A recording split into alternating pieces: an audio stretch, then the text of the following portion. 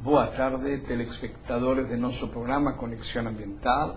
Mais uma sexta-feira, às 16h30, em nosso programa. Obrigado por essa audiência que está cada vez mais fiel, por lo que recebimos de contactos de vocês que dizem que estão participando praticamente em todos os programas e os novos que se vão somando. Hoje temos a grande sorte, não é sorte, porque procuramos com algumas dificuldades, porque sou uma pessoa muito ocupada.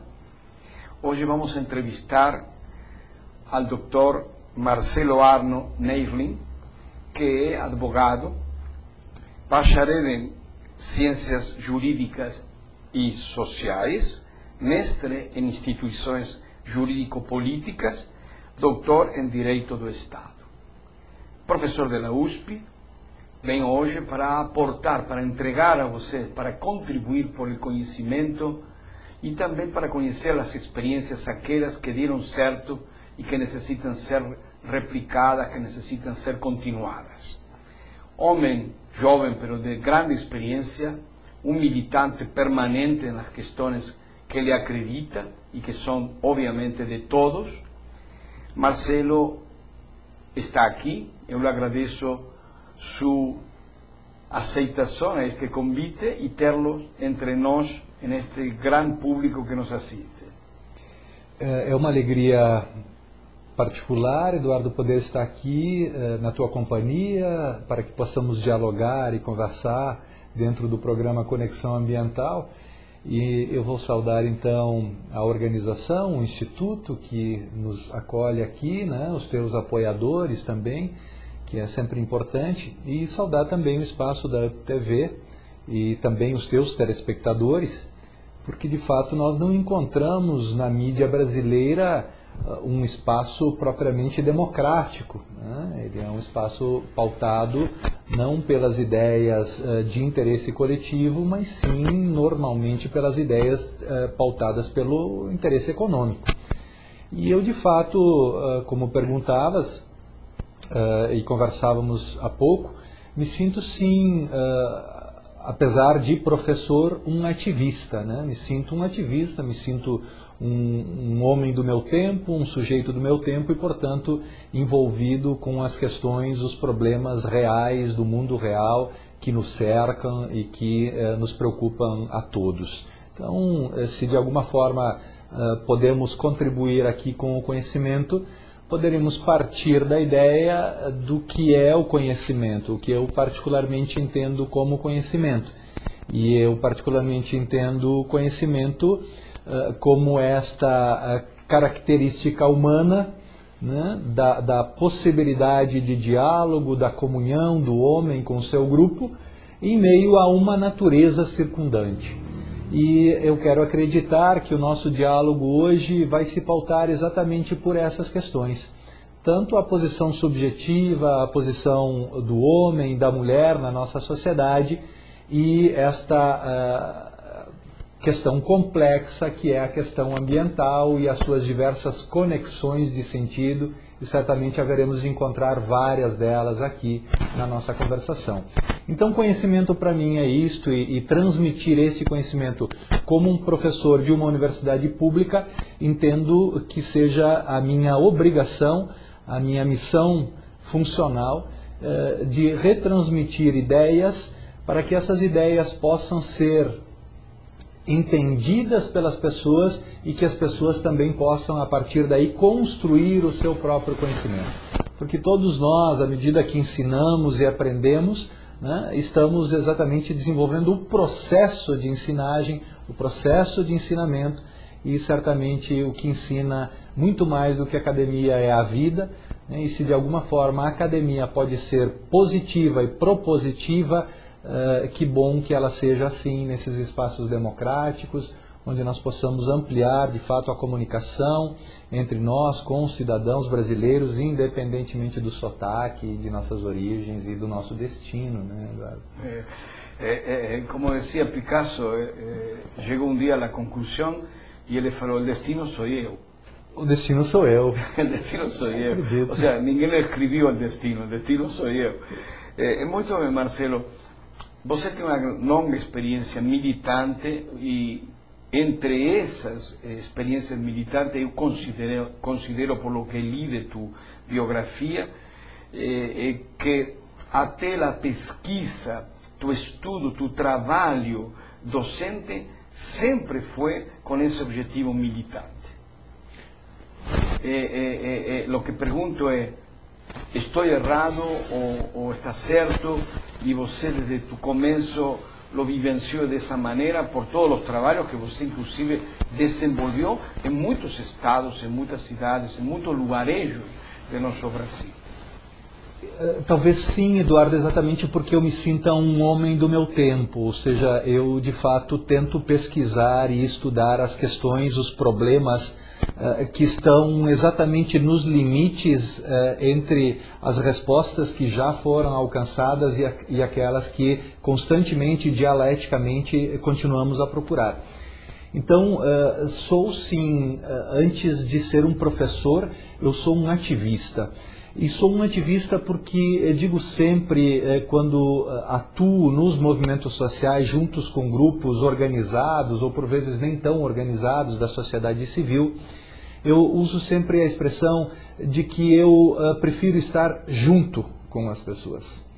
Eu não gosto de estar atrás das pessoas, induzindo que elas sigam um determinado caminho que eu não experimentei ou que eu não tracei.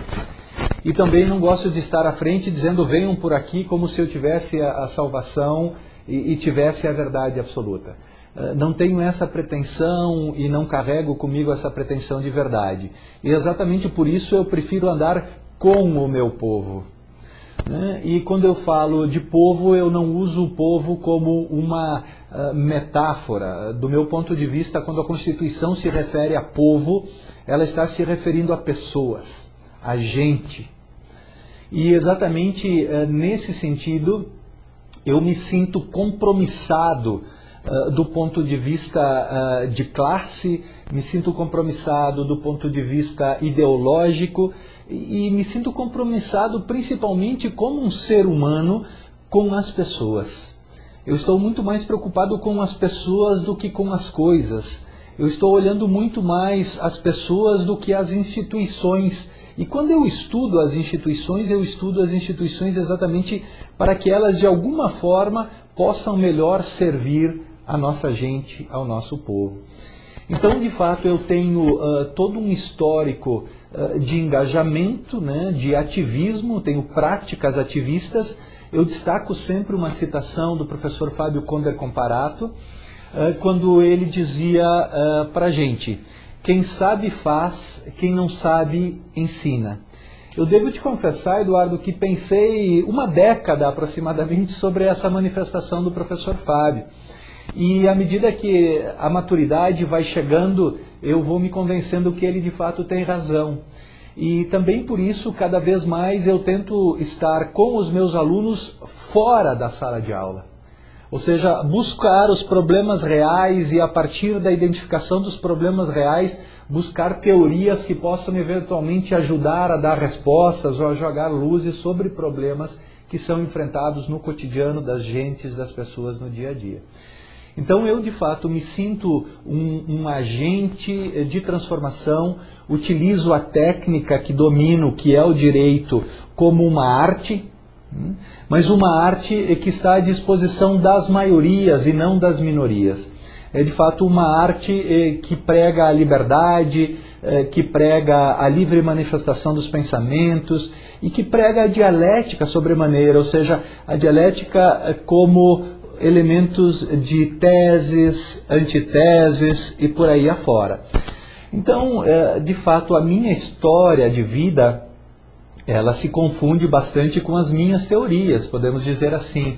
Eu sou um neto de imigrantes, eu sou filho de brasileiros, eu sou um brasileiro que nasce no processo migratório, quer dizer, eu identifico o processo da imigração, os estrangeiros que vêm ao Brasil, e depois todo o processo, particularmente das chamadas colonizações, do oeste do Rio Grande do Sul, oeste de Santa Catarina, oeste do Paraná, aonde eu vou nascer, e depois isso segue, né, rumo ao Mato Grosso, Rondônia, e se distribui país afora. Então, apesar do meu sotaque, né, eu não sou um gaúcho propriamente, ainda que eu tenha tido uma formação originária de ensino no Rio Grande do Sul, e obviamente que no Rio Grande do Sul você tem tendencialmente uma polaridade, né? Ou você ou é chimango ou é maragato, né? Ou é gremista ou é colorado e tal. Então é óbvio que você acaba no meio, neste meio, sendo naturalmente induzido à tomada de posição. E eu diria que num país com uma característica gelatinosa, como o Antônio Gramsci se referia à América Latina, né? De fato essa tendência de assumir posição, ser contra ou a favor de algo, não é amplamente difundida, nem mesmo dentro da academia, né?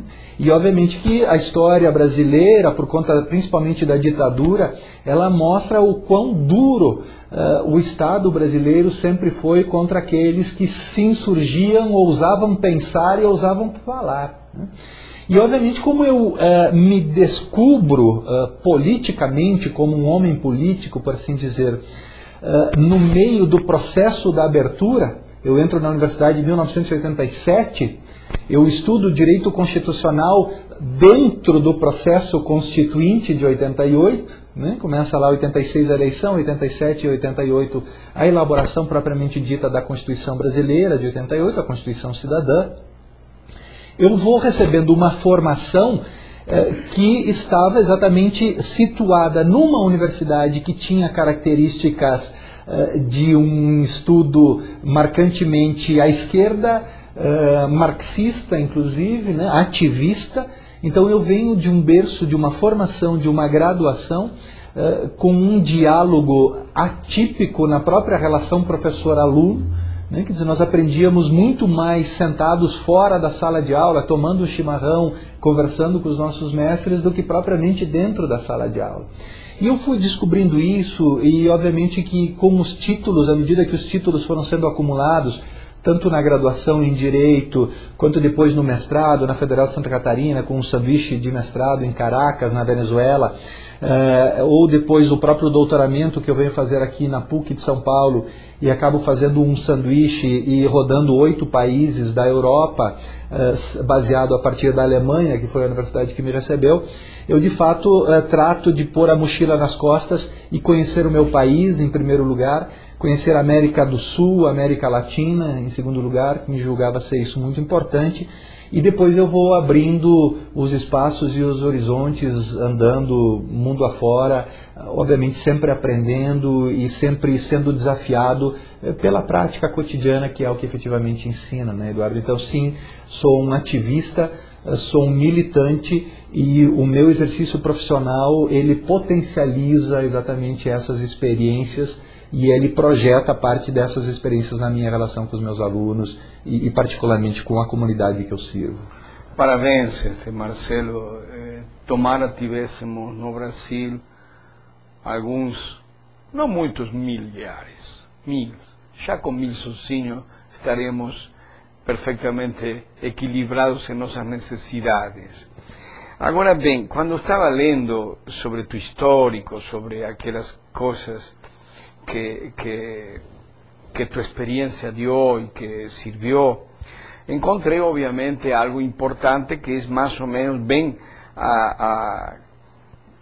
al encontro de nuestro trabajo, que este trabajo sería el trabajo de la gestión de las aguas, de los recursos hídricos, en un momento inclusive importante de falarmos, como você decía, que a veces la información y la comunicación ela está amarrada o directamente presa, diría yo, a intereses.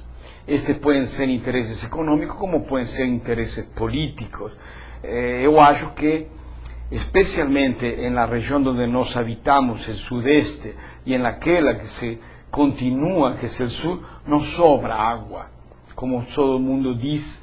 y jura que sobra agua, y si sobra está en el lugar donde no se puede usar. Nos conta un poco sobre esa experiencia de tu idea y de tu trabajo sobre esa cuestión de la gestión de las aguas, la gestión de los recursos hídricos. Muito bem, Eduardo, me parece não me parece, eu tenho certeza disso, até hoje no Brasil nós efetivamente não nos damos conta do valor econômico da água. Nós temos produtos agrícolas, as commodities agrícolas que nós exportamos, né? Elas de fato acabam tendo um preço muito mais competitivo, por assim dizer, no mercado internacional, exatamente porque nós não contabilizamos o custo da água que é investido tanto para a produção animal quanto para a própria produção das commodities, da agricultura, por assim dizer. Eu particularmente acabo me envolvendo com esses temas porque venho de uma região, particularmente onde eu fiz a minha graduação, onde se sente todo um processo de desertificação, que é exatamente na divisa do Rio Grande do Sul com a Argentina, né, que vai subindo, se a gente pegar a metade sul, subindo rumo à região noroeste do Rio Grande do Sul, a região do Alegrete, ela é uma região altamente desertificada. E os desertos vêm se ampliando. Uruguaiana, exatamente, toda aquela faixa de fronteira, Santa Maria que já vai pegando, exatamente.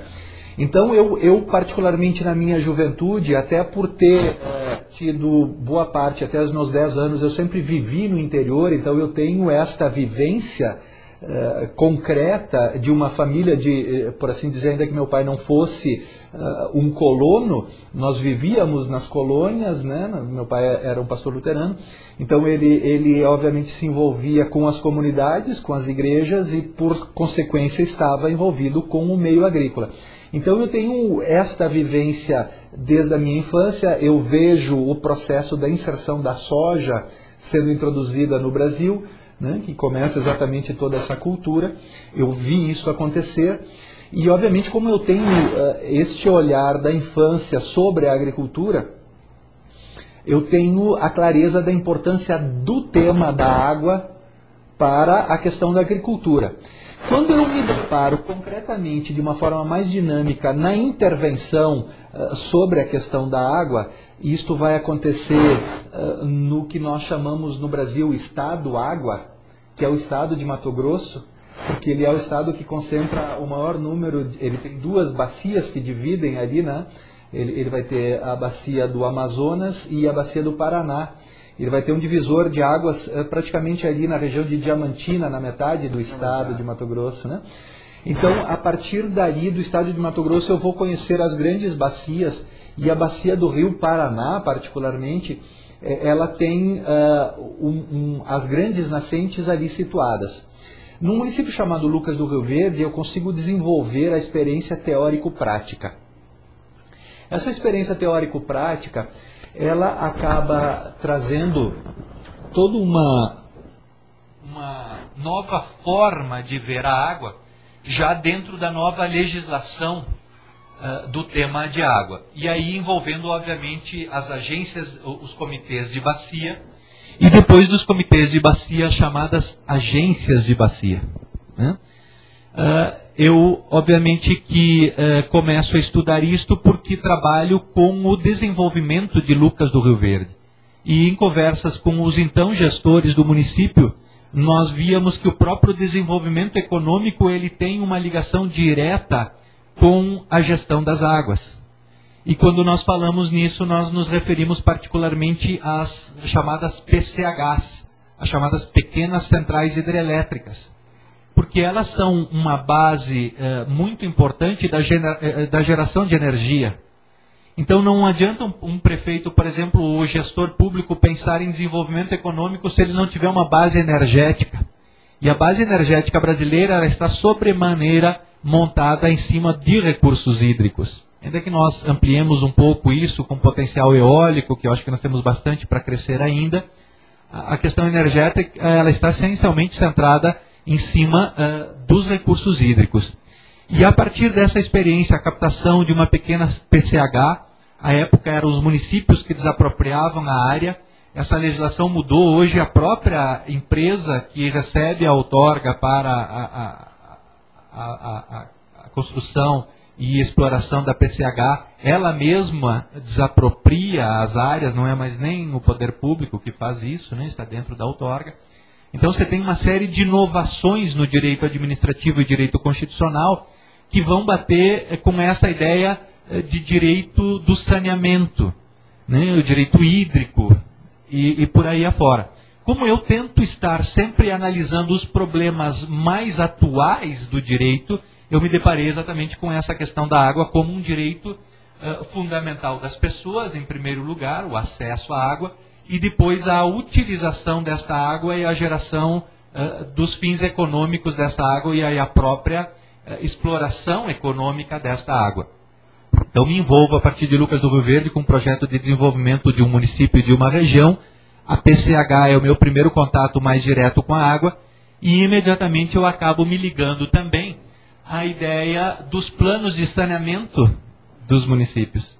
Porque os municípios precisam fazer um plano de saneamento, precisam fazer um plano de gestão dos recursos hídricos, porque não podemos pensar só nos comitês de bacias como o fim, quer dizer, as águas acabam, todas as águas urbanas acabam desaguando lá no rio, né? As águas rurais também vão para o rio. Quer dizer, as águas rurais vão carregar o agrotóxico para dentro do rio. As águas rurais vão levar para dentro do rio os dejetos animais, que também vão gerar uma poluição. Basta ver a bacia do rio Uruguai, o quão poluído está exatamente pela geração de dejetos da criação de suínos, né? Então nós temos uma série de impactos que vêm sendo registrados no país todo e que efetivamente nos levam a refletir sobre a questão da água. Então a PCH foi a primeira movimentação que eu tive diretamente envolvido como um gestor de recursos hídricos, por assim dizer, e depois também a questão dos planos de saneamento que me levaram a pensar a gestão dos recursos hídricos urbanos, que são outros problemas enormes, que aí passam desde a limpeza das cidades, né, que as bocas de lobo, as tubulações, os tratamentos do esgoto, né, as possibilidades. E aí, em 2007, eu participei de um seminário muito interessante em Fortaleza, do Ecosaneamento, e foi quando eu comecei a descobrir, de fato, a complexidade, não só do tema da água, mas do tema agricultura, e vendo como, por exemplo, nós podemos pensar no reuso da água, para, através desse reuso da água, pensarmos na própria decantação das águas, principalmente do que nós definimos como esgotos, né? Como esse lodo pode exatamente ter nutrientes que estão escassos na natureza, a exemplo do fósforo, né, que é um recurso mineral finito, dominado por alguns monopólios econômicos internacionais e que gera um impacto enorme para a nossa realidade brasileira e internacional. Então, com isso eu vou me envolvendo de forma mais dinâmica e direta com o tema da água, e vendo o quanto esse tema é importante para o futuro do planeta, para o futuro da humanidade, para o futuro dos nossos filhos, das nossas crianças e da nossa geração presente e futura. Muito bem. Como, seguindo aquela saga, digamos assim, de lo que eu tive que buscar, porque é muito o que você tem de estudos e de trabalhos e de práticas e de ativismo, me gostaria agora, para que nosso público conheça um pouco sobre essa visão, esse trabalho que você empreende, como mesmo você falou, com o povo, com as pessoas, como diz a Constituição, ou seja, o povo não é uma coisa amorfa, ela tem uma identidade e ela tem uma forma. Como é, então, esta introdução a esse pensamento que você colocou em seus trabalhos, que nasceram, obviamente, naquele pré-Constituição, que foi a fase de construção da Constituição brasileira? Como é essa prática? Como é tu pensamento? Como é o direito constitucional? Isso levado à prática da participação social. A participação social, ela como actora no como espectadora, la participación social de la sociedad para la construcción de una sociedad diferente, una sociedad que podemos decir sea más feliz e não mais enganada. Posso falar isso? Sim, sim, pode falar, porque em última análise isso deve ficar bastante claro para todos nós. Quando a gente pensa no serviço público, é importante que a gente pense o serviço público, a gestão pública feita para servir as pessoas, para fazer as pessoas felizes. É para isso que existe a gestão pública, é para isso que o Estado foi constituído. E quando se fala em fazer as pessoas felizes, é importante que a gente entenda que as pessoas são feitas felizes uma a uma.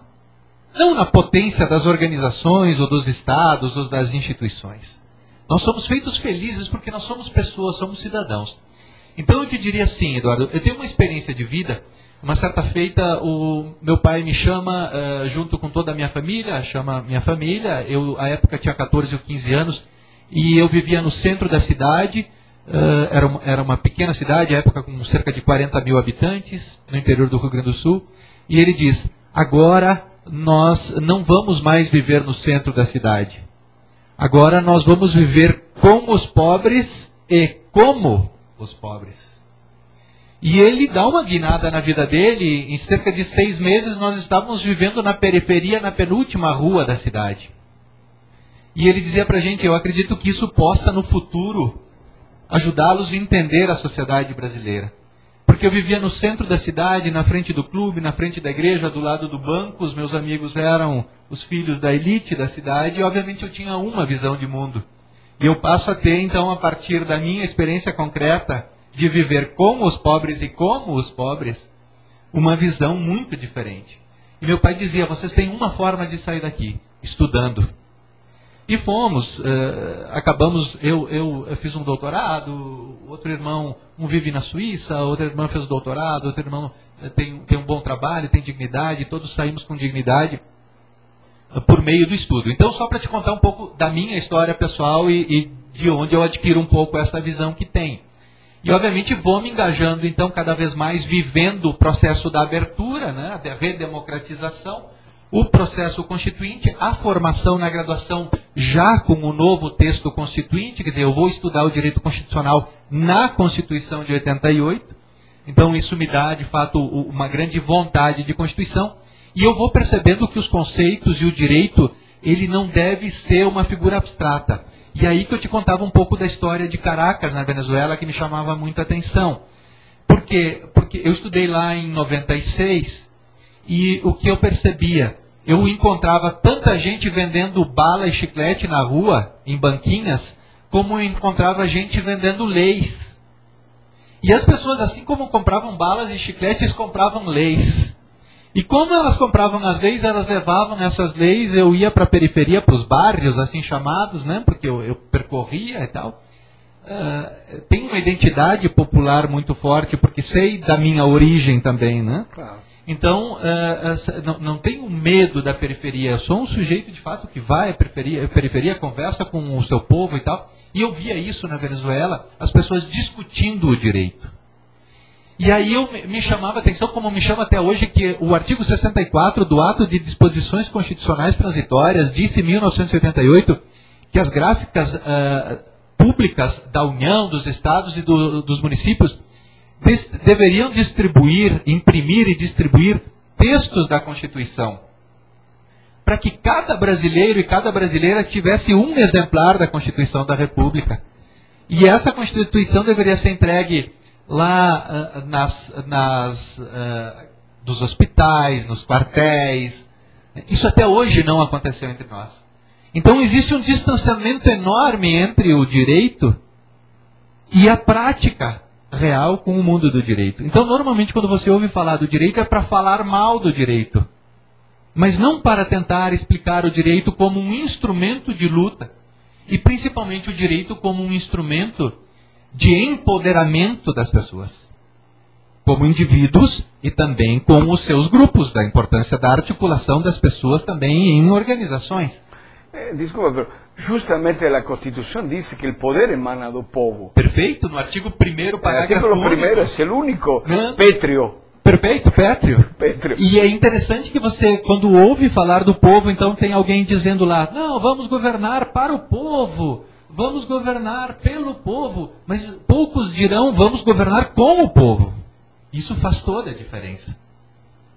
Então, do meu ponto de vista, povo não é um conceito icônico, povo é gente, gente é carne e osso, gente que pensa coisas de forma equivocada, que são os dogmas, né? São verdades que nós acreditamos e que nós não colocamos à prova, e a ciência, pelo menos em tese, tem a obrigação de checar os dados, de colocar tudo à prova, de questionar a tudo.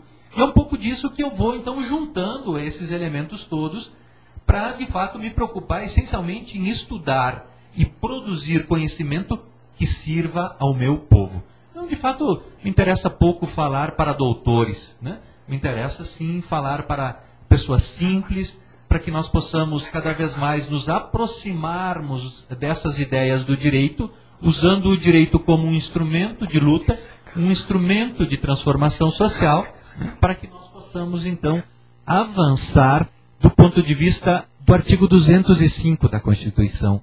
E ele fala lá no 205, Eduardo, sobre as finalidades do ensino formal. São 3. A primeira delas, o desenvolvimento da pessoa.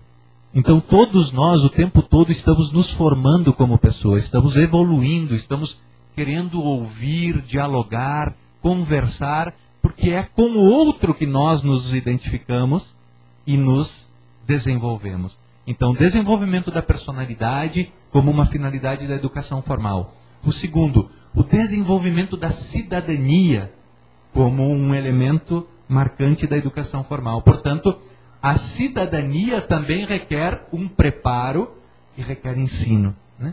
E, por fim, a última finalidade do ensino formal, que é o mundo do trabalho, o preparo para o mundo do trabalho. Então, nós esquecemos que quando nós estamos diante das escolas, essas escolas têm 3 missões. Todos os professores têm essas 3 missões. Ajudar as pessoas, os alunos, a se desenvolverem como pessoas. Ajudarem as pessoas e os alunos a se desenvolverem do ponto de vista da cidadania. E ajudarem elas a encontrar um espaço no mundo do trabalho. Para observar, por exemplo, a questão da água, a questão da terra, a questão dos pesticidas, a questão dos resíduos sólidos, enfim, todas essas conexões que estão ligadas à água e ao meio ambiente. Então, nesta questão, como localizaríamos, em lo que você está falando, da educação do indivíduo, tanto no formal como no informal, porque se podem fazer boas educações formais onde existe a possibilidade de um debate mais aberto e menos dirigido, que é a educação no formal. Aqui se fala muito, faz muitíssimos anos, e muitíssimo se investiu e se continua investindo na questão da educação ambiental, que, segundo as teorias da crítica que se está fazendo sobre isso, fora e dentro do Brasil, ela não conseguiu avançar, ela ficou estagnada na simples educação, sem a promoção de lo que você estava falando, de essa consciência que necessita ser assumida por um cidadão. Ou seja, podemos dizer assim de coisas simplesmente, a educação del bom dia, boa tarde, licença, por favor, isso é educação. Sim, sim.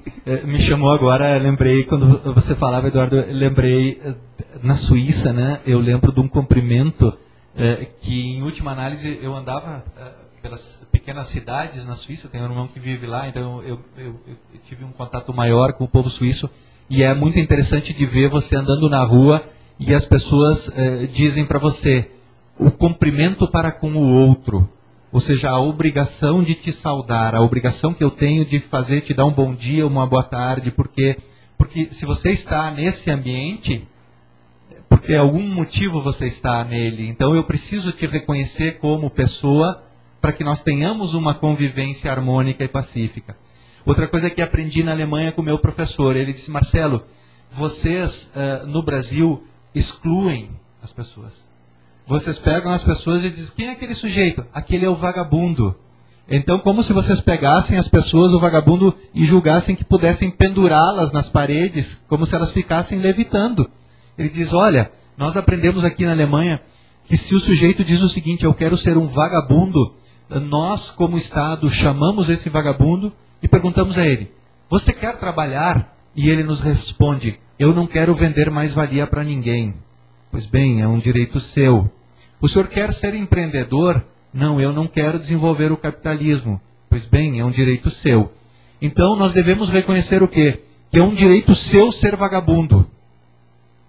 Porém, se o senhor, para que o senhor possa ser vagabundo, nós não podemos esquecer que esse Estado, como o Estado brasileiro também assim define lá no artigo 1º, ele deve garantir a dignidade da pessoa humana.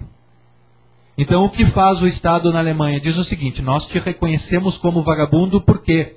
Porque antes de ter uma coisa chamada Estado, tem uma coisa chamada povo. Tem uma coisa chamada pessoa.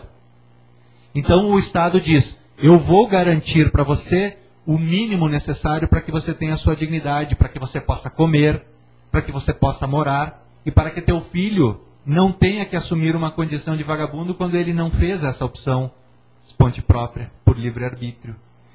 Então é muito interessante nós pensarmos as duas formas de ver o mundo. E eu dizia, mas como assim? Ele disse, vocês no Brasil preferem armar a polícia e fazer um jogo de gato e rato, e todo mundo sabe quem está perdendo nessa história, que é o povo. Então eu vejo hoje, por exemplo, um benefício de duração continuada para esse pessoal envolvido hoje com a questão da droga, do crack e tal. Você não consegue um benefício previdenciário de R$600 para o cidadão. Mas você vê depois o Estado fazendo uma intervenção e fazendo uma captura desse cidadão, porque é uma verdadeira captura, uma internação compulsória, né? E internando esse sujeito a um custo de R$16.000 por mês. Quer dizer, o Estado que não garante R$600 por mês, depois paga R$16.000 por mês para esse sujeito ficar trancado 5 ou 6 meses, sendo que 80% deles vão voltar. Acontece também com a população carcerária, etc. Mas o que eu queria perguntar-te em especial era a questão, esse diferencial entre a educação e a consciência. Ou seja, porque há uma grande diferença. E a gente vê que está no ambiente de meio ambiente, que hemos trabalhado muito na capacitação para a educação ambiental, que não nos encontrávamos com essas questões. Quando depois de 3, 4, 5 anos nós seguíamos e buscávamos os resultados, nós encontrávamos resultados. Os resultados eram com aqueles professores que tinham seguido aquela linha da conscientização, da tomada de consciência cidadã, e da realidade, como você falava, da constatação da realidade. Ou seja, o problema ambiental tem uma causa, e por ter uma causa, ele tem seus responsáveis da causa. E depois tem seus efeitos, onde os efeitos são vítimas, certo? E depois, a partir da vítima, qual é meu processo de aqui ao futuro? Essa era a consciência, e nós veíamos que aqueles professores que aplicavam essa metodologia conseguiam resultados. Enquanto aqueles que ensinavam, a torneira não pode ficar mais de tantos minutos, tu banhe, você tem que tomar um banho menos tempo, você tem que jogar a latinha lá, o plástico lá, eles, depois que tinham essas crianças, que esses professores que tínhamos formados, ensinavam isto, quando íamos a buscar os antecedentes, e essas crianças de 10, 11, 12 anos tinham 15, 16, 17, não praticavam absolutamente mais nada de tudo isso. E quando nós lhe perguntávamos, pero você não cumprimenta? Bom dia, mas isso é uma obrigação. Então essa diferença, você a pode explicar? Me parece que, não sei se eu teria a explicação concretamente para ela, ou se a forma que eu vejo as coisas são, de fato, assim. De qualquer sorte, me parece que tocas num ponto fundamental da educação, principalmente do ensino formal, que é uma educação pautada no conteúdo e não no problema real. Ou seja, a educação ela é meramente reprodutiva. Não se, ou seja, nós continuamos ensinando, o ensino formal brasileiro e internacional, ele é trabalhado da mesma forma que o ensino jesuítico era com a primeira cartilha de 1513. Os alunos continuam sendo ensinados um olhando para a nuca do outro, como eu digo sempre em sala de aula. Então, o que nós estamos descobrindo hoje na universidade, com os estudos que estamos fazendo, principalmente na área da pedagogia universitária, é que nós temos que reverter esse quadro e ensinar pautados em problemas reais. Ou seja, o ensino precisa ser baseado em problemas. O ensino precisa ser baseado em evidências. O ensino precisa ter uma aplicação prática e projetada. Olhando o passado, presente e futuro, como bem disseste. Então veja, a ideia da conexão ambiental é fundamental. E me parece que é isso que o ensino formal não conseguiu entender. Que você pode, por exemplo, trabalhar uma aula de direito constitucional fazendo conexões ambientais. Você tem condição de fazer uma aula de física pura trabalhando conexões ambientais. Então, não podemos tratar a questão ambiental como algo do ensino ou pertencente ao ensino formal. Não. A questão ambiental e as conexões ambientais são problemas da vida real de cada um de nós. E se os professores não ajudarem os seus alunos a entenderem isso, e aí um parênteses, se os pais, se as mães, se os avós, se os padrinhos, se os amigos não ajudarem essa criança a fazer conexão de sentidos ligadas à conexão ambiental, se essa criança não entender que o plástico da bala que ela joga no chão vai parar lá dentro do rio Tietê, né? E vai gerando toda uma série de infortúnios que vão desembocar lá na divisa do Uruguai, Argentina e Brasil. Quer dizer que isso tudo tem uma sequência, ou seja, tudo isso é cíclico, tudo que vai e volta, né? Nós de fato não conseguiremos avançar. Então de fato tens toda a razão. O ensino formal, e aí eu ousaria dizer que o próprio ensino formal da gestão ambiental, né, está essencialmente centrado dentro da sala de aula. E aí você tem gestores saindo, se formando com títulos e se achando os donos da verdade, né, quando eles desconhecem a realidade. A realidade. Há uma questão importante que inclusive lo vivenciamos em nossos encontros, que eu também tenho participado do fórum que discute a questão da transparência e do controle social. Então, podemos ir, por exemplo, com essa ideia, com essa questão que estamos falando de Constituição, de povo como ele, como pessoa, como participante da construção. Porque o problema é esse, ou seja, na Constituição temos algo que não foi muito bem, não somente colocado, divulgado e praticado, como também existe uma forma de isolamento de aquele indivíduo que é o participante da construção de um país, de uma nação, de uma comunidade. Ou seja, ele está separado, ele está excluído. Como está, então, nessa questão, a participação nesse processo democrático? Nós estamos construindo uma democracia, nós estamos em uma democracia. Acho que você venha coincidir comigo que ainda não estamos em uma democracia, não estamos construindo uma democracia. Nós temos uma garantia jurídica constitucional, mas nós não temos uma prática constitucional em seu conjunto, em sua veracidade. Então, a participação do cidadão, a participação civil, que não é somente das organizações, porque a participação não tem que ser só de organizações, é a participação civil, esse protagonismo civil. Como você não entenderia, lo encararia? Me parece que de novo esbarramos na questão da educação, ou seja, no preparo para a cidadania. É interessante quando pensamos particularmente na ideia do Fórum de Transparência e Controle Social. Quer dizer, o Fórum é resultado das conferências, que houveram conferências municipais, estaduais e nacionais de transparência e controle social.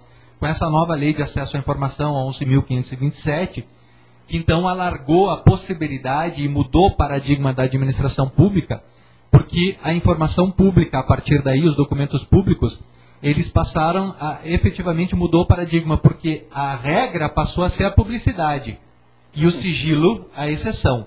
Mas disseste muito bem, Eduardo, nós continuamos, ainda que formalmente na Constituição nós vivamos sobre a égide de um Estado democrático de direito, na prática nós ainda estamos lutando pela democracia. Porque são os filhos e os netos dos ditadores que ocuparam posições no Estado e que continuam lá, com os seus pensamentos e com a defesa dessas ideias. Então, de novo, nós nos deparamos que... com autoritarismo absoluto. Né? E as instituições que deveriam ser referência a exemplo das universidades não são. Porque elas não são um exemplo. Elas estão blindadas, elas estão totalmente fechadas. Então, nós estamos trabalhando de novo com a perspectiva da educação. E aí eu não falo a educação formal, mas sim a educação de cidadania. E a educação de cidadania é a compreensão acerca de direitos e deveres. Porque não há cidadania só de direitos. A cidadania é de direitos e deveres. Então, nessas questões mais nevrálgicas da sociedade, é importante que cada qual assuma agora o seu papel. Não é mais um papel para quem tem doutorado, não é um papel para quem tem mestrado, não é um papel para quem tem graduação, não é um papel para quem tem o ensino médio, para quem tem o ensino fundamental. A responsabilidade é de todos nós, ou seja, todos nós estamos hoje comprometidos no Estado Democrático de Direito a fazermos conexões ambientais. Sou pena de que nós venhamos a ser consumidos pelo resultado do que nós estamos plantando hoje. Então, sim, nós temos que pensar, e estamos pensando a ideia do fórum como um componente autogestionário, onde não há iluminados, ninguém é o dono do saber. Nós não temos a menor pretensão de nos institucionalizarmos para que nós nos tornemos uma ONG. Não, a ideia é exatamente que nós possamos receber as pessoas aonde? Na Câmara de Vereadores. Por quê? Porque lá, como se diz, é a casa do povo.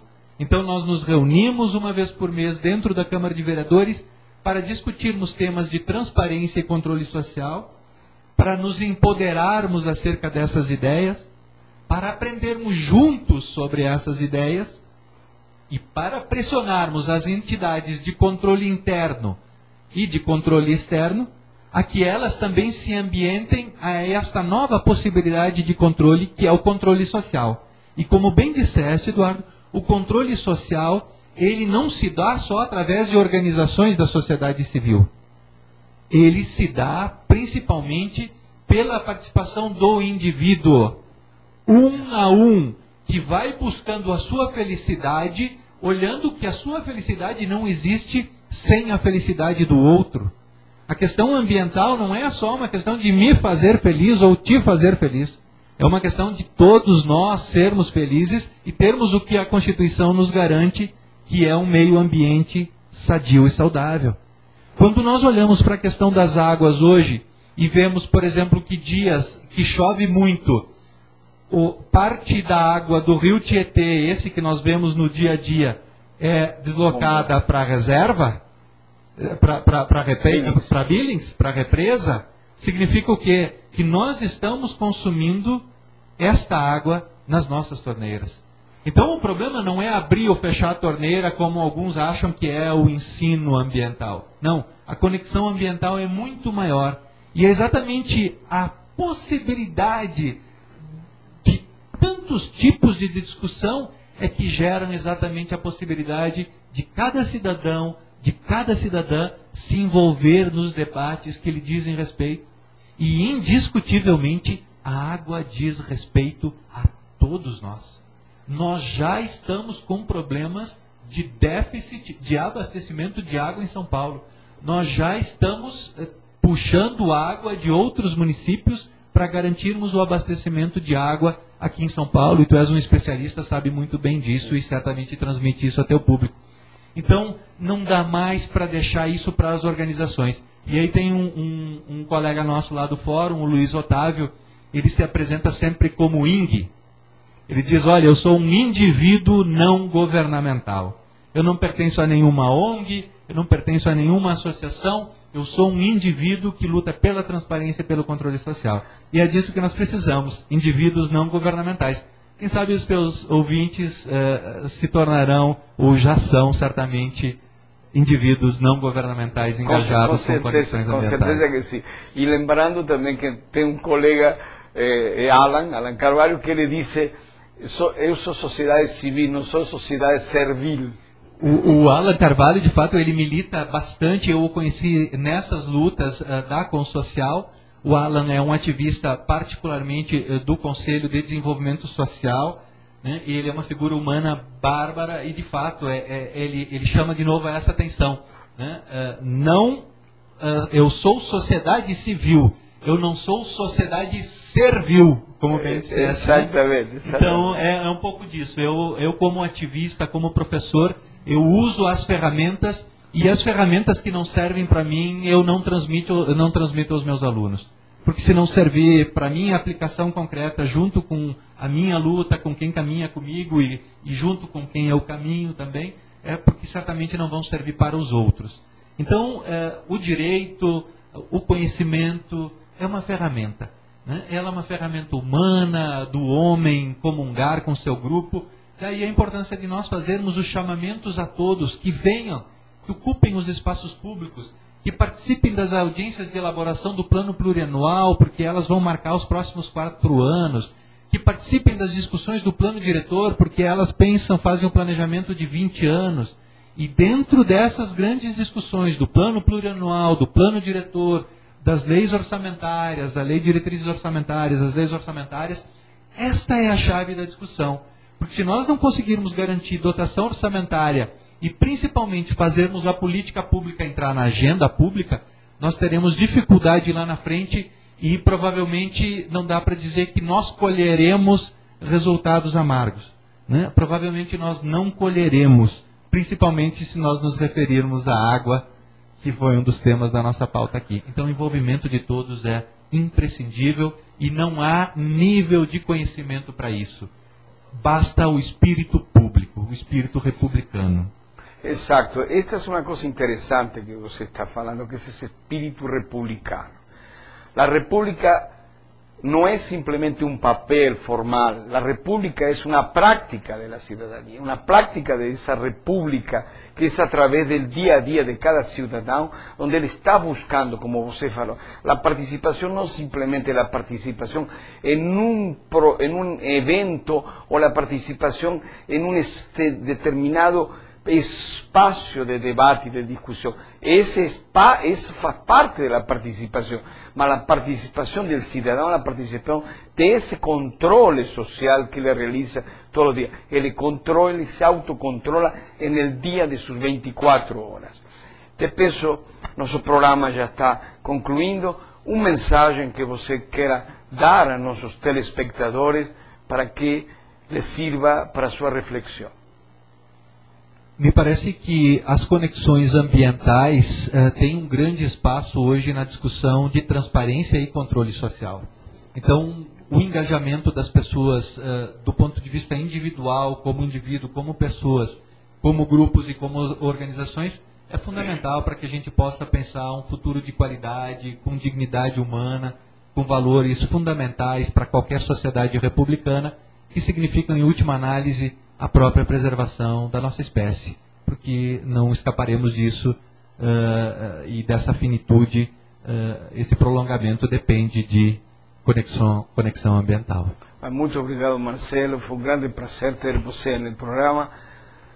Outra vez, outro programa de conexão ambiental que se repete todas as sextas-feiras às 16h30 neste mesmo espaço. Agradecemos a todos, esperemos que todos vocês comecem a aumentar essa reflexão, essa participação, como disse o próprio Marcelo, o momento que vocês estão assistindo a este programa tendrán sus concordancias, terán sus discordancias, mas isto é o que construye el pensamento. El pensamiento es la crítica, el autocrítica, es el concordar, el discordar. Esa es la construcción de un individuo que va a ser un protagonista de su tiempo y de la historia. Muito obrigado a todos y hasta la próxima sexta-feira en este mismo espacio.